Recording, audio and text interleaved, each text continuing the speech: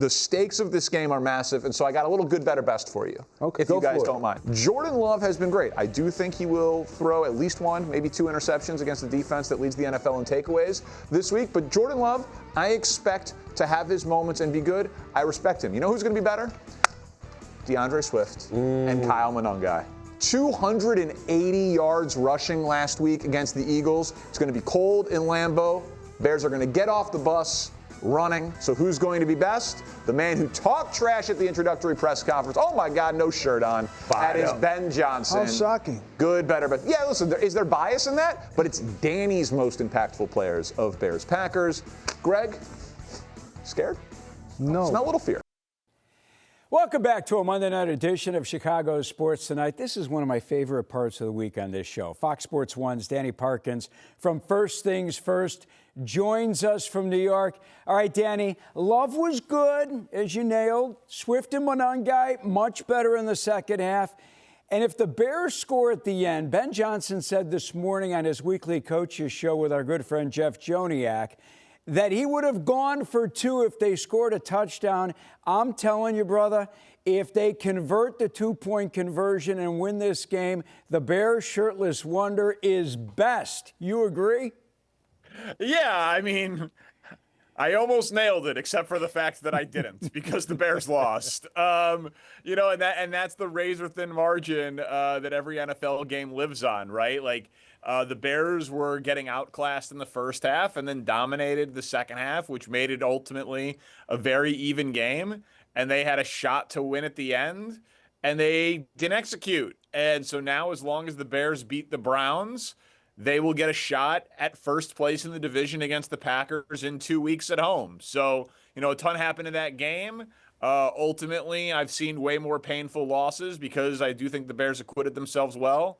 But it just wasn't enough on this day at Lambeau Field. I know your partner, former Packers wide receiver Greg Jennings, wasn't scared last Friday when you guys did the show.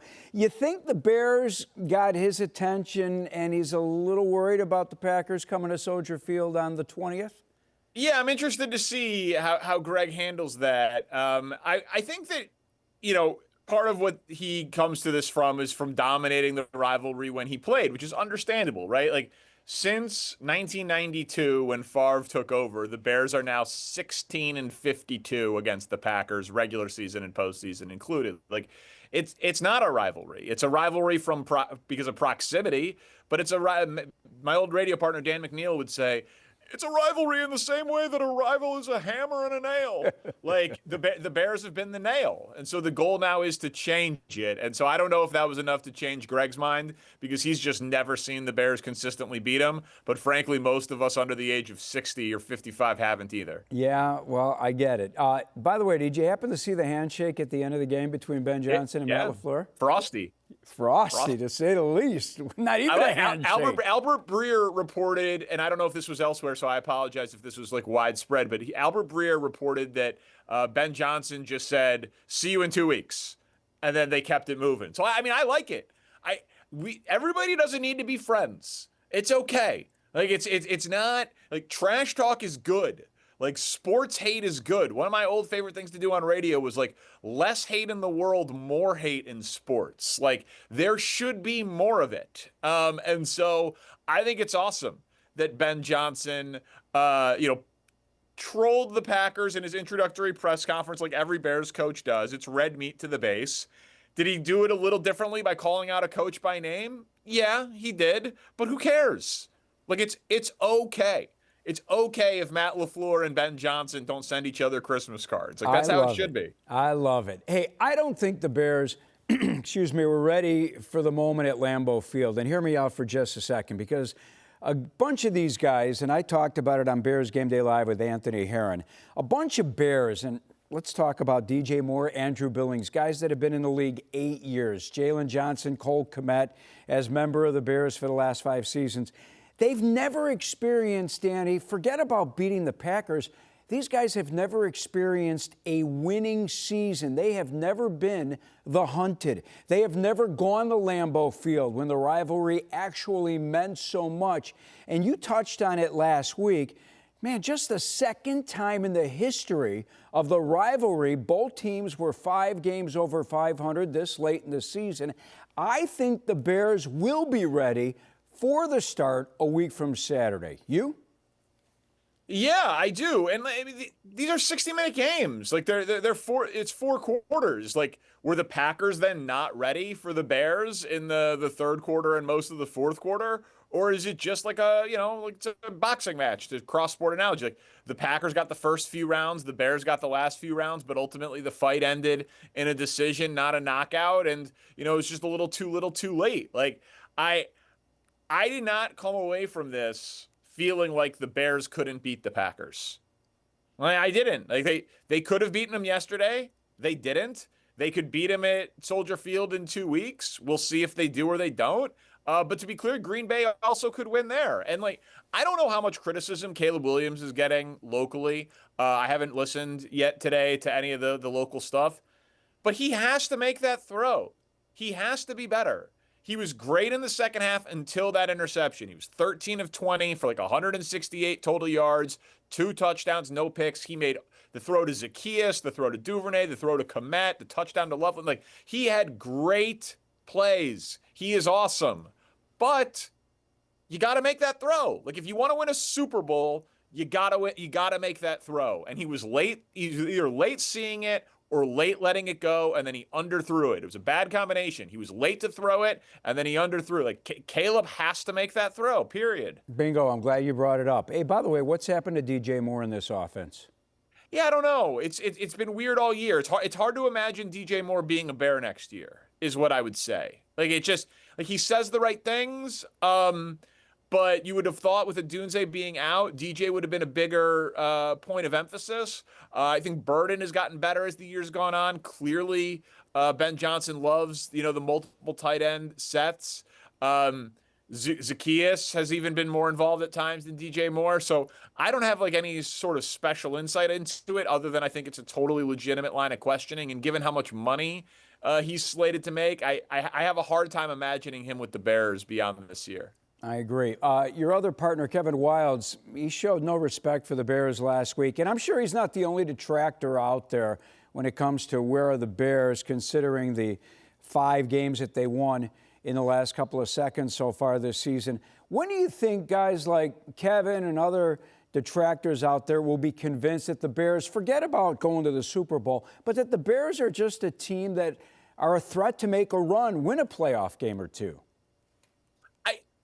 I don't know. I can't speak for everybody. We haven't done the show, as of this taping today yet, but I do think that he was impressed by them overall based on what we talked about before the show. And I would just say that, the national media is not a monolith, right? People sometimes when I was doing radio, people would say, like, and you would do an interview in a different market, like, how do Bears fans feel about fill in the blank topics? So I'm like, I don't know, it's split. Like, there's a lot of different opinions out there. Like, I think the Bears proved themselves to a lot of people in Philly, and then I think they acquitted themselves very well against Green Bay, and that was a game that, I don't know what the final rating was, but it was definitely north of 20 million people that watched that game, and it was a really compelling game in the 4:25 Eastern window. Like, I think the last few weeks, the Bears have proven that they can hang with anybody in the NFC.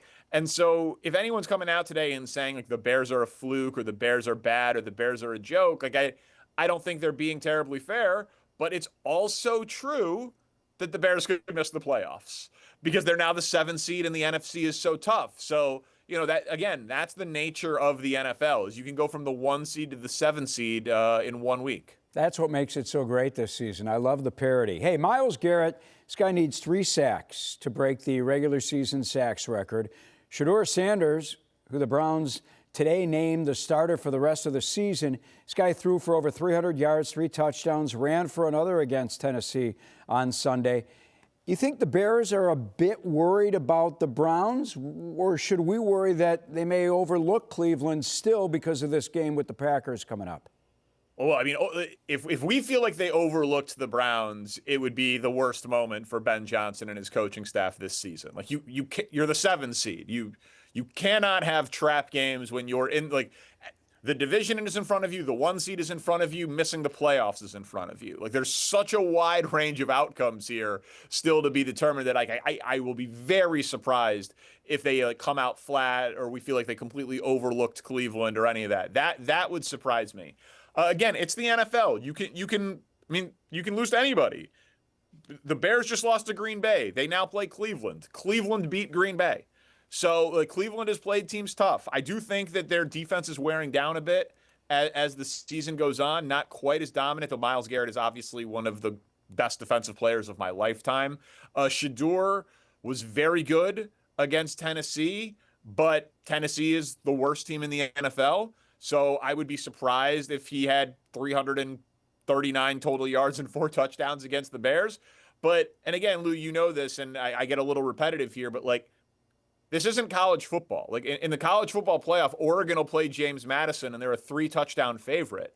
The Bears are great and the Browns are awful. The Bears are a 7-point favorite.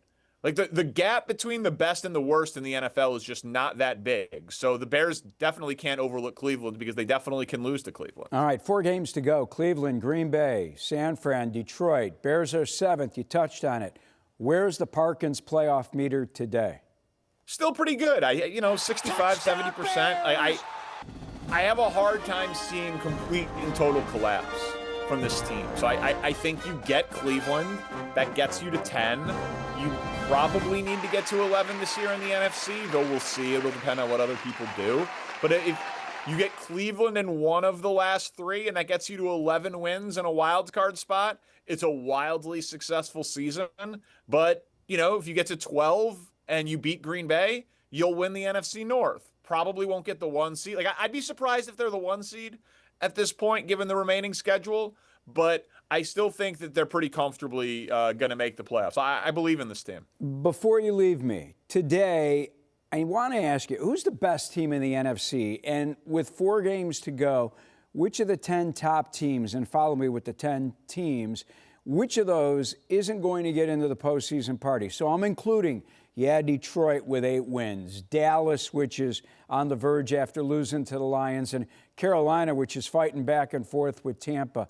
Which, as of today, would be on the outside looking in? Well, you mentioned, so Carolina's in an interesting spot because their path is catching Tampa, and they play them 2 times between now and the end of the year. So I feel like I almost have to put the NFC South conversation over here, and I think Tampa is better than Carolina, but I don't think Tampa's all that good. So the NFC South winner is the 4 seed in the NFC and probably one and done in the playoffs. I think the Cowboys had a very nice run post-trade deadline and very impressive games against Kansas City and Philly, but they lost to Arizona, they lost to Carolina, and then, as you mentioned, they just lost to Detroit. You can't go 0-3 in those games when you need conference tiebreakers and the whole thing. So my guess is Dallas misses the playoffs, and so that leaves, you got your 4 division winners, whichever one of Bears and Packers doesn't win the division, they get in. The Niners get in. So I think the NFC West puts 3 teams in to the playoffs would be my guess. Got it. Hey, man, thanks for the time. Having a little fun today on this Monday after a Bears loss. It had been, 6 weeks since they had lost the game. I almost forgot how to handle it. I almost forgot how to handle a loss. I was new rich, like we talked about. I bought a new watch. I bought a boat. I'm doing all sorts of things, man, celebrating this new rich Bears feeling. It's very enjoyable. I can get used to it. Make sure I'm on that boat when the weather changes. That's for sure. Hey, man, I appreciate the wisdom, the time. We'll talk to you next week. Love it, Lou. Thanks, buddy.